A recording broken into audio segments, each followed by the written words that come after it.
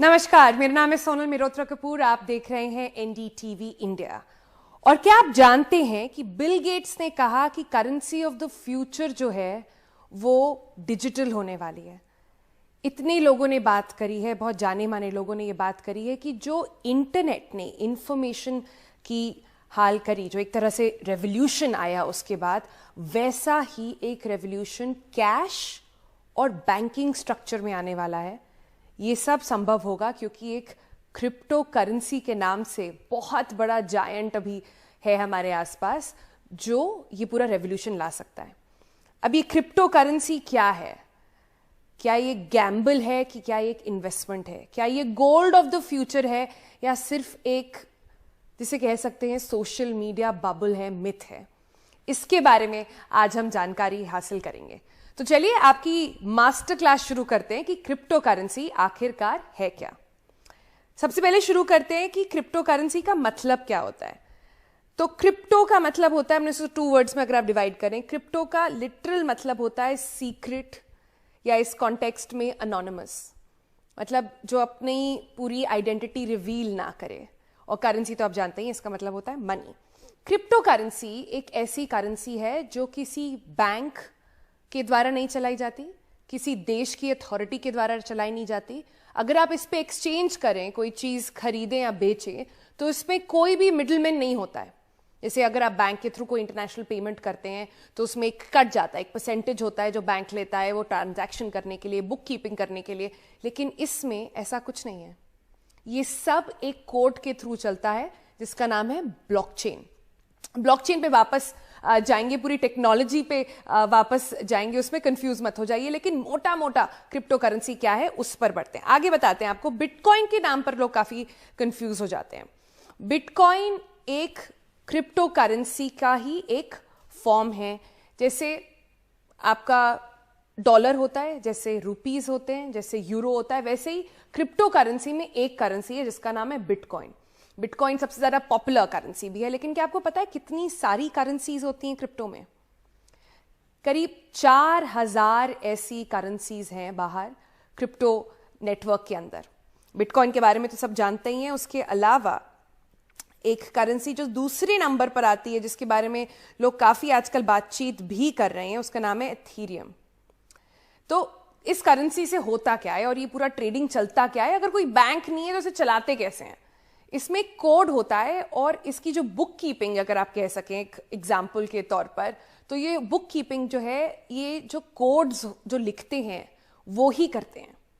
ये एक open network है तो सबको ही देख सकते हैं। आपकी आइडेंटिटी नहीं रिवील होती, ये नहीं पता चलेगा कि सोनल मेहरोत्रा कपूर ने ये बैंक अकाउंट खोला है, लेकिन मेरा एक कोड होगा जो सबके लिए ओपन होगा। सब देख सकते हैं कि मैंने क्या ट्रांजैक्शन करा है, कैसे करा है।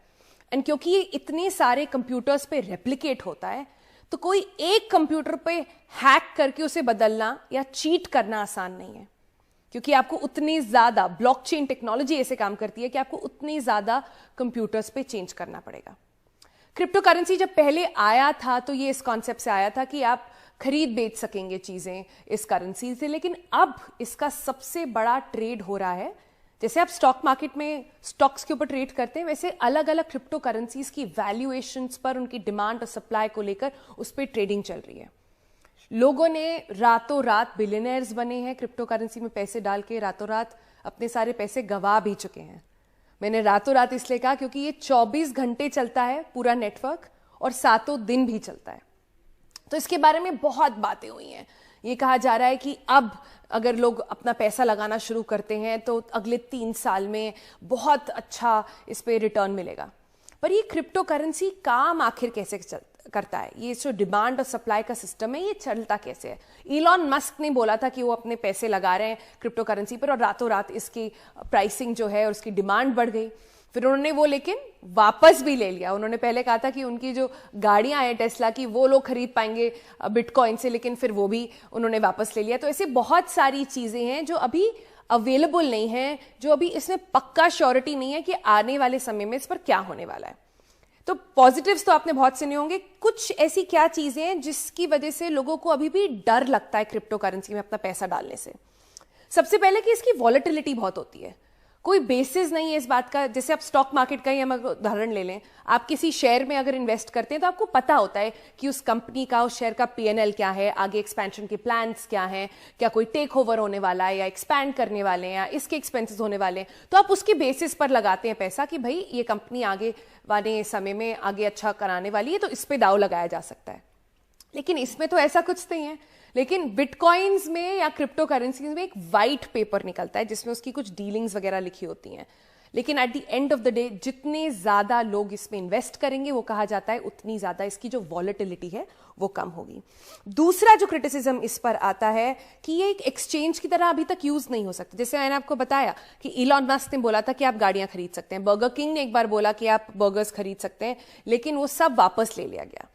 एक और एनवायरमेंट कंसर्न आता है इसमें, बहुत इंपॉर्टेंट, क्योंकि इतने सारे कंप्यूटर्स पे टैबुलेशन हो रहा है, उतनी ज्यादा एनर्जी लग रही है। तो ये कहा जा रहा है कि भाई ये क्या आने वाले समय में अगर ऐसे ही चलता रहा तो कितनी एनर्जी कंज्यूम करेगा। और चौथा और सबसे इंपॉर्टेंट क्रिटिसिज्म परहैप्स जो इसमें चल रहा है वो ये है कि क्योंकि ये अनोनिमस है, इसे क्रिमिनल यूज में यूज करा जा सकता है, क्योंकि इस पे कोई रेगुलेशन नहीं है, कोई सरकार देख नहीं रही है कि कौन लोग ये ट्रांजैक्शंस कर रहे हैं, कहां पर इस्तेमाल हो रहा है। तो ये कई सारी चीजें हैं क्रिप्टो करेंसी के बारे में जो मैंने आपको बहुत बेसिक बताया है। एक बिगिनर्स क्लास जो होती है वो समझाइए। लेकिन इसके बारे में और जानकारी लेते हैं, हमारे गेस्ट की तरफ चलते हैं। आज हमारे साथ हैं सिद्धार्थ सोगानी, ये सीईओ हैं ट्रिबागो ग्लोबल इंक के। आदित्य सिंह हैं, ये को फाउंडर है क्रिप्टो इंडिया के। और निश्चल शेट्टी हैं, ये फाउंडर और सीईओ हैं वजीरेक्स के। तो ये तीन जो जेंटलमैन हैं हमारे साथ, ये तो अपना पूरा काम चलाते हैं सिर्फ लोगों के क्रिप्टो करेंसीज में ट्रेड करा के, उनको एडवाइस देकर, गवर्नमेंट्स को, सरकारें जो इसमें इन्वेस्ट कर रही हैं उनको क्या करना चाहिए, इन सबको लेकर ये लोग इन्वेस्ट करते हैं। तो इनसे बेटर जानकारी हमें नहीं मिल सकती। लेकिन हम बहुत बेसिक लेवल पर आज समझने की कोशिश करते हैं कि क्या है। आदित्य से शुरू करते हैं। आदित्य, हमने देखा और कई सारी जो इवैल्यूएशंस हुए हैं कि पैंडेमिक के समय में पिछले एक साल के अंदर जितना इंडियंस ने, ग्लोबल पर्सपेक्टिव तो है ही इस पर और उसके आप कुछ हमें नंबर्स भी दे सकते हैं, लेकिन इंडिया में सिर्फ पिछले एक साल में क्रिप्टो करेंसी के ऊपर जो यूजर्स हैं वो करीब 600% ऊपर चले गए हैं। इतने सारे लोगों ने अब थोड़ा गैम्बल करना शुरू कर दिया क्रिप्टो करेंसी में। ऐसा क्यों हो रहा है? क्या एक्साइटिंग बनाता है क्रिप्टो करेंसी इन लोगों के लिए? आई थिंक पेंडेमिक का जो टाइम था वो एक ऐसा टाइम था जहां पर काफ़ी लोगों की जो जॉब्स थी वो चली गई, उनके पास अर्निंग के जो सोर्सेज थे उस पर काफ़ी बड़ा इम्पैक्ट पड़ा। तो वहाँ पर बहुत सारे लोग ऐसे ऑप्शंस देख रहे थे जहां पर वो ऑनलाइन या कुछ काम करके यहाँ पर पैसे जो हैं उसको अर्न कर सकते हैं। तो वहीं पर क्रिप्टो, क्योंकि उस टाइम पे काफ़ी ऑल ओवर द वर्ल्ड काफ़ी पॉजिटिव उसको लेके चीज़ें आ रही थी। यूएस के अंदर फर्स्ट टाइम वहाँ पर ओसीसी, जो आप इक्विवेलेंट टू आरबीआई एक तरह से आप मान सकते हैं, उन्होंने इस तरह की रूलिंग दी कि अब बैंक्स जो हैं वो क्रिप्टो कस्टडी ऑफर कर सकते हैं। बड़ी बड़ी फर्म्स ने इन्वेस्टमेंट करना चालू किया, पेपैल ने सर्विसेज ऑफर करनी चालू करी। तो उसके कारण क्रिप्टो के अंदर जो रश था बेसिकली वहाँ से स्टार्ट हुआ।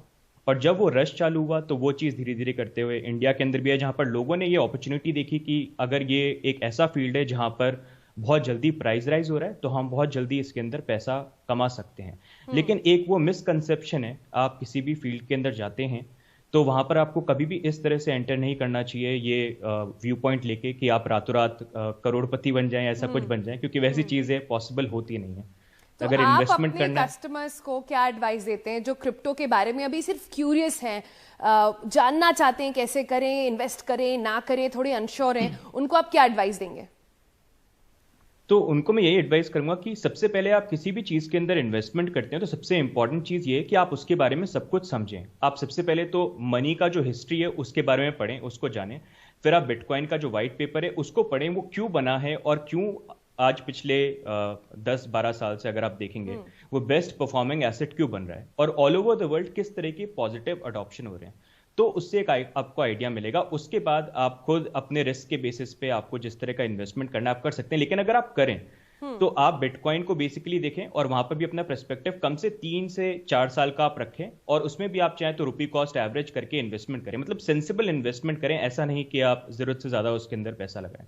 जी, तो कॉशन के साथ इसमें करें और थोड़ी रिसर्च के साथ करें कि क्यों बना है। आपने कहा कि पूरा हिस्ट्री ऑफ मनी पढ़ना चाहिए कि कैसे गोल्ड कॉइन सिल्वर कॉइन से हम कैश पर आए हैं, कैश से हम डिजिटल करेंसी पर आए हैं, और डिजिटल करेंसी अब हम क्रिप्टो करेंसी की बात कर रहे हैं। सिद्धार्थ की तरफ चलते हैं। सिद्धार्थ, लीगल एस्पेक्ट पे इस पे बहुत क्वेश्चंस आते हैं, लोगों को लगता है इस पे हमें क्या टैक्स देना पड़ेगा, नहीं देना पड़ेगा। और मैं अपने प्रोड्यूसर से बोलूंगी एक ग्राफिक्स भी अगर हम चलाएं कि पूरा ये लीगैलिटी जो है पूरे विश्व में कैसे चल रही है क्रिप्टो करेंसी की।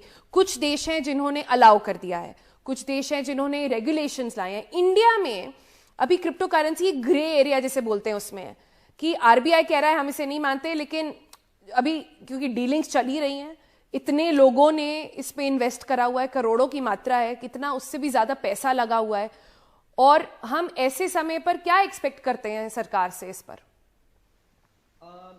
यस, सो वर्ल्ड के जो G20 नेशंस है उसमें से 18 देश ऐसे हैं जिसमें ये रेगुलेट हो चुका है। मतलब वहां पे इलीगल नहीं है, वहां पे किसी तरह का टैक्सेशन का प्रोविजन है कि अगर आपने सपोज $100 कमाए हैं तो आपको उस पर कितने प्रतिशत टैक्स देना है, उसमें आपको लॉन्ग टर्म कैपिटल गेन का ट्रीटमेंट कैसे करना है, ये सारे निर्देश जो हैं वो कंट्रीज की सरकारों की तरफ से आ चुके हैं।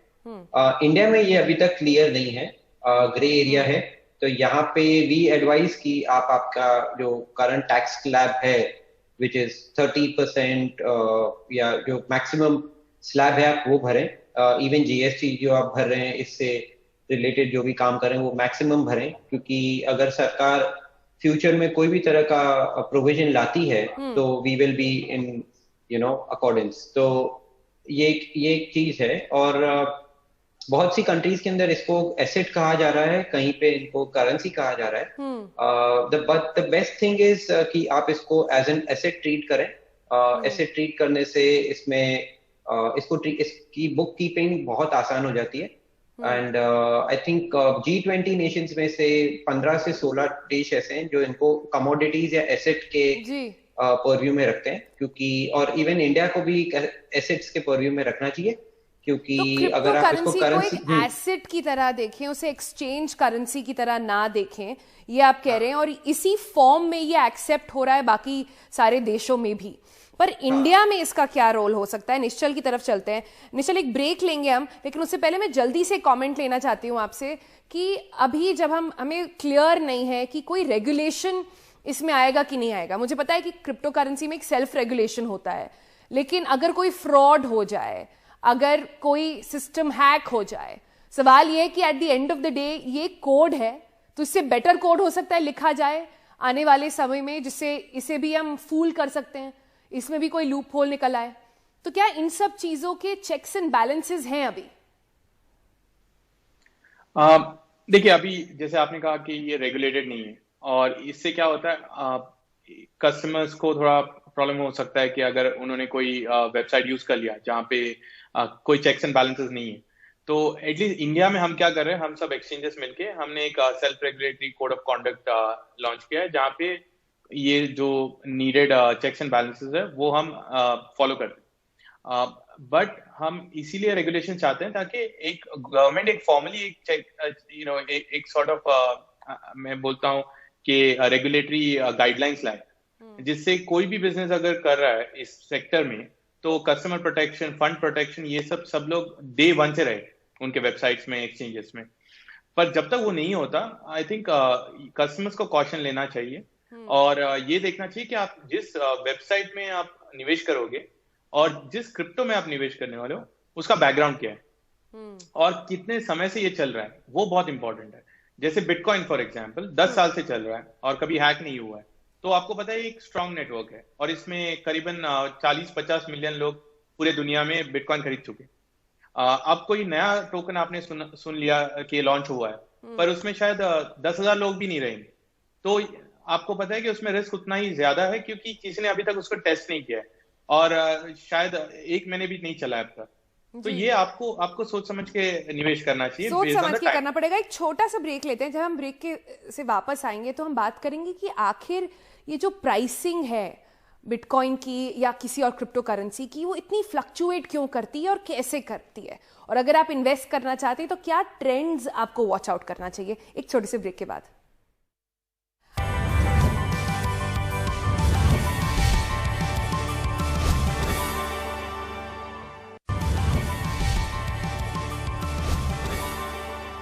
आप देख रहे हैं क्या आप जानते हैं, और आज हम आपको दे रहे हैं कुछ बेसिक्स क्रिप्टो करेंसी के बारे में। अपने पैनल की तरफ वापस चलते हैं। और निशल, हम आपसे जाने से पहले ब्रेक पर ये जानने की कोशिश कर रहे थे कि आखिर ये वॉलेटिलिटी जो इतनी आती है क्रिप्टो करेंसी में, ये कैसे आती है, और अगर कोई वॉच आउट कर रहा है इन ट्रेंड्स को तो किन चीजों पर ध्यान रखना चाहिए।